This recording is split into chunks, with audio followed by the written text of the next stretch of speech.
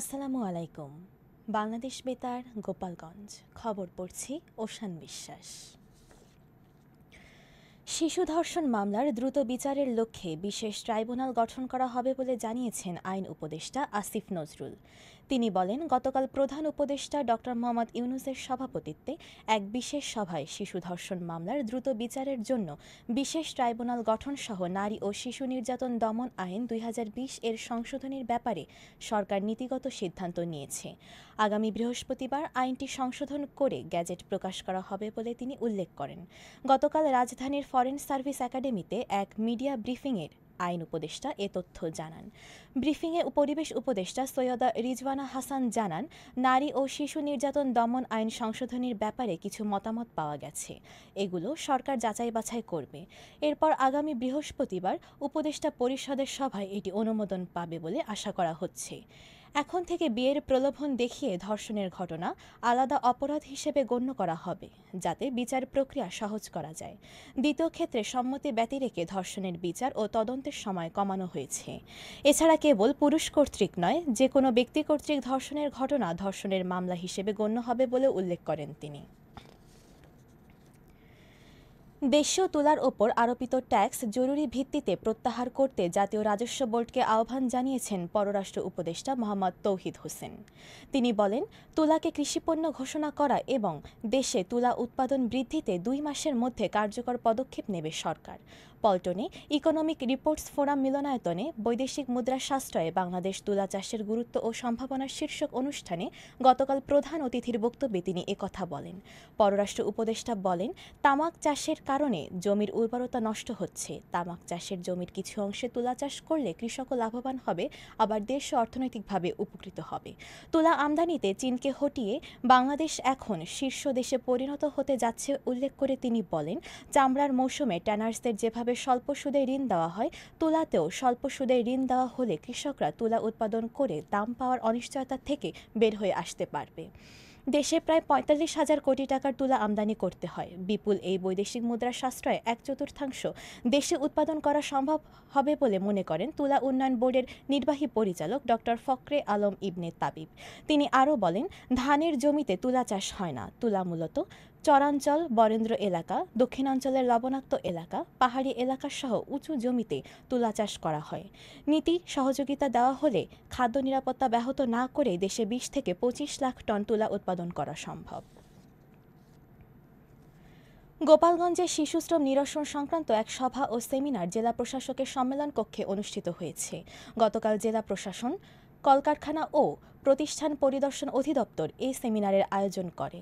জেলা প্রশাসক মোহাম্মদ কামরুজ্জামানের সভাপতিত্বে সেমিনারে মূল বক্তব্য উপস্থাপন করেন কলকারখানা ও প্রতিষ্ঠান পরিদর্শন অধিদপ্তরের জেলা কার্যালয়ের উপমহাপরিদর্শক এইচ.এম. শাহাদাত।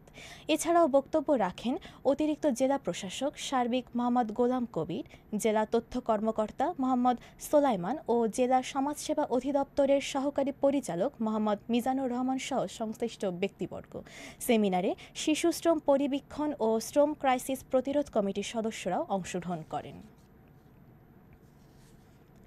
নড়াইল জেলা প্রশাসনের আয়োজনে জেলার নদ-নদী যাচাই বাছাই সংক্রান্ত জেলা কমিটির এক সভা নড়াইল জেলা প্রশাসকের সম্মেলন কক্ষে অনুষ্ঠিত হয়েছে। সভায় জেলার নদ-নদী যাচাই বাছাই সংক্রান্ত বিষয়ে বিস্তারিত আলোচনা করা হয় এবং এ বিষয়ে সংশ্লিষ্টদের সজাগ থেকে কাজ করার আহ্বান জানানো হয়। গতকাল জেলা প্রশাসক শারমিন আক্তার জাহানের সভাপতিত্বে অতিরিক্ত জেলা প্রশাসক রাজস্ব মোহাম্মদ জুবায়ের হোসেন চৌধুরী ও জেলা পানি উন্নয়ন বোর্ডের নির্বাহী প্রকৌশলী অভিজিৎ কুমার সাহা সহ সংশ্লিষ্ট বিভাগ ও কমিটির কর্মকর্তাগণ এ সময় উপস্থিত ছিলেন। গোপালগঞ্জে মিন্টু হক সম্পাদিত কাশবন সাহিত্য পত্রিকা পুরস্কার ২০২৪ আগামী ২৫ মার্চ অনুষ্ঠিত হবে। এ উপলক্ষে গতকাল দুপুরে এক সংবাদ সম্মেলন অনুষ্ঠিত হয়। জেলা শহরের মুক্তিযোদ্ধা কমপ্লেক্সের হল রুমে অনুষ্ঠিত এ সংবাদ সম্মেলনে লিখিত বক্তব্য পাঠ করেন কাশবন সাহিত্য পত্রিকার সম্পাদক কবি মিন্টু হক।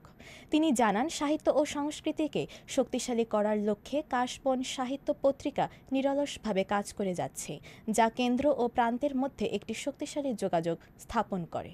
এতে বাংলা সাহিত্য ও শিল্পসহ মোট ১১টি ক্যাটাগরিতে ১৭ জনকে পুরস্কৃত করা হবে। এবারে কৃষি সংবাদ।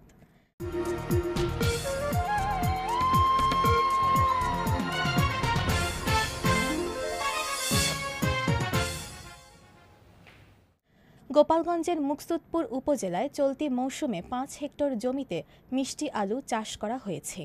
আবহাওয়া অনুকূলে থাকলে এসব জমি থেকে এবছর কৃষকেরা মোট ১১৮ মেট্রিক টন মিষ্টি আলু উৎপাদন করতে পারবে বলে আশা করছে উপজেলা কৃষি বিভাগ। খেলার খবর ক্রিকেট।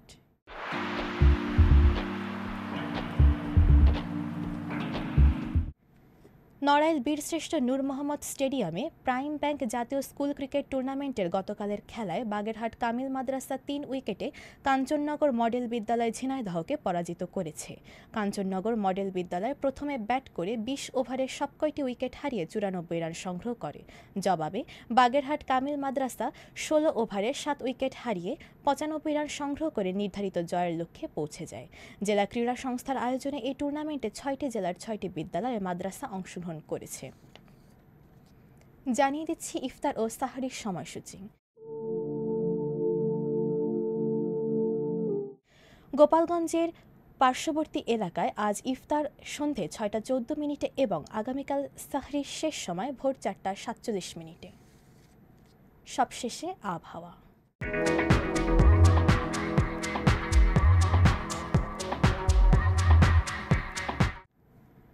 আজ বেলা ১টা পর্যন্ত দেশের অভ্যন্তরীণ নদীবন্দরসমূহের জন্য আবহাওয়ার পূর্বাভাসে বলা হয়েছে, সিরাজগঞ্জ, ময়মনসিংহ ও সিলেট অঞ্চলসমূহের উপর দিয়ে পশ্চিম অথবা উত্তর পশ্চিম দিক থেকে ঘণ্টায় ৪৫ থেকে ৬০ কিলোমিটার বেগে বৃষ্টি অথবা বজ্রবৃষ্টি সহ অস্থায়ীভাবে দমকা অথবা ঝোড়ো হাওয়া বয়ে যেতে পারে।